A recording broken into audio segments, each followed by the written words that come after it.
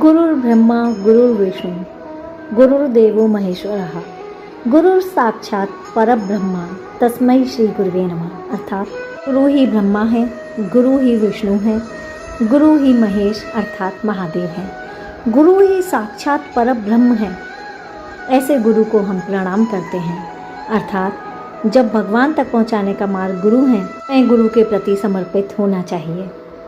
हरे Krishna friends, आपका इंडेलिवल channel में हार्दिक अभिनंदन है। आज है गुरु पूर्णिमा, जो कि विशेष महत्व रखती है, क्योंकि आज ही के दिन महर्षि वेदव्यास जी का जन्म हुआ था, जो हमारे प्रथम गुरु माने जाते हैं। आपको इस दिन के महत्व के बारे में अवश्य ही जानना चाहिए, क्योंकि आज ही के दिन सनातन धर्म के प्रथम गुरु वेदव्यास जी का बर्थडे है, जो कि हम पूर्णिमा के रूप में मनाते हैं, गुरु पूर्णिमा के रूप में। इस दिन आपको वेदव्यास जी के साथ साथ अपने सभी गुरुओं की पूजा भी करनी चाहिए, उन्हें सम्मान देना चाहिए, जो कि हमारे मार्गदर्शक हैं। यदि आप भी गुरु पूर्णिमा के महत्व के बारे में जानना चाहते हैं तो कथा को सुनिएगा और महत्व को जानिएगा। यह दिन हमारे भारतीय हिंदू संस्कृति में विशेष महत्व रखता है। महर्षि वेदव्यास जी भगवान विष्णु के अंश के रूप में ही पृथ्वी पर अवतरित हुए थे। इनके पिता का नाम ऋषि पाराशर था और माता का नाम सत्यवती था। वेदव्यास जी को बचपन से ही आध्यात्म में काफ़ी रुचि थी। उन्होंने एक बार अपने माता पिता से कहा कि पिताश्री, मुझे प्रभु के दर्शन करने हैं।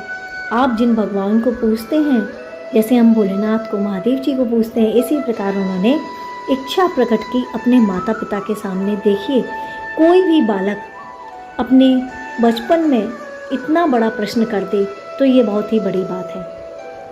उन्होंने वन में जाकर तपस्या करने की अभिलाषा जताई, लेकिन उनकी माता ने उनकी इच्छा को नहीं माना। महर्षि वेदव्यास जी ने अपनी माता से इसके लिए बहुत ज़्यादा हट किया और जिद की, और अंततः उन्होंने अपनी बात को मनवा ही लिया और वह वन में तपस्या करने के लिए चले गए। लेकिन उनकी माता ने आज्ञा देते हुए उनसे क्या कहा था जानिए, कि जब भी घर का ध्यान आए तो वापस लौट आना, क्योंकि ये मत सोचना कि मैं वन में आया हूँ, मैं वापस नहीं जा सकता।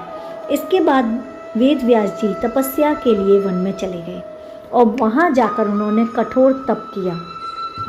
इसी तपस्या के पुण्य के प्रताप से उन्हें संस्कृत भाषा में प्रवीणता हासिल हुई। आप समझ सकते हैं कि भगवान की भक्ति से हमें क्या नहीं प्राप्त हो सकता।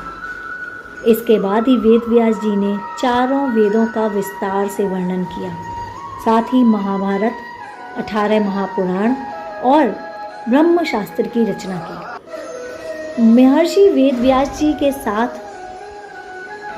आप जान सकते हैं कि संस्कृत इस तरह से जुड़ गई कि जैसे मानो वह एक आम भाषा है, क्योंकि यह सब उनके तप का ही प्रभाव था। इसी के साथ उन्हें अमरता का वरदान भी प्राप्त हुआ। ऐसा कहा जाता है कि किसी न किसी रूप में महर्षि वेदव्यास जी आज भी हमारे बीच में उपस्थित हैं, हमारे साथ हैं और हमें आशीर्वाद दे रहे हैं। वेदव्यास जी को भगवान के रूप में पूजा जाता है और गुरु पूर्णिमा पर उनकी विधि विधान से पूजा की जाती है।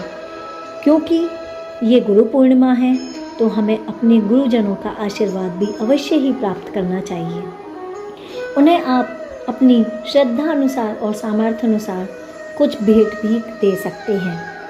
वेदव्यास जी हमारे धर्म के पहले गुरु रहे हैं, जिन्होंने अपने बचपन में ही इतनी कम आयु में ही तपोबल से भाषा को जीत लिया, और वो भी संस्कृत भाषा, जो कि इतनी आसान नहीं है।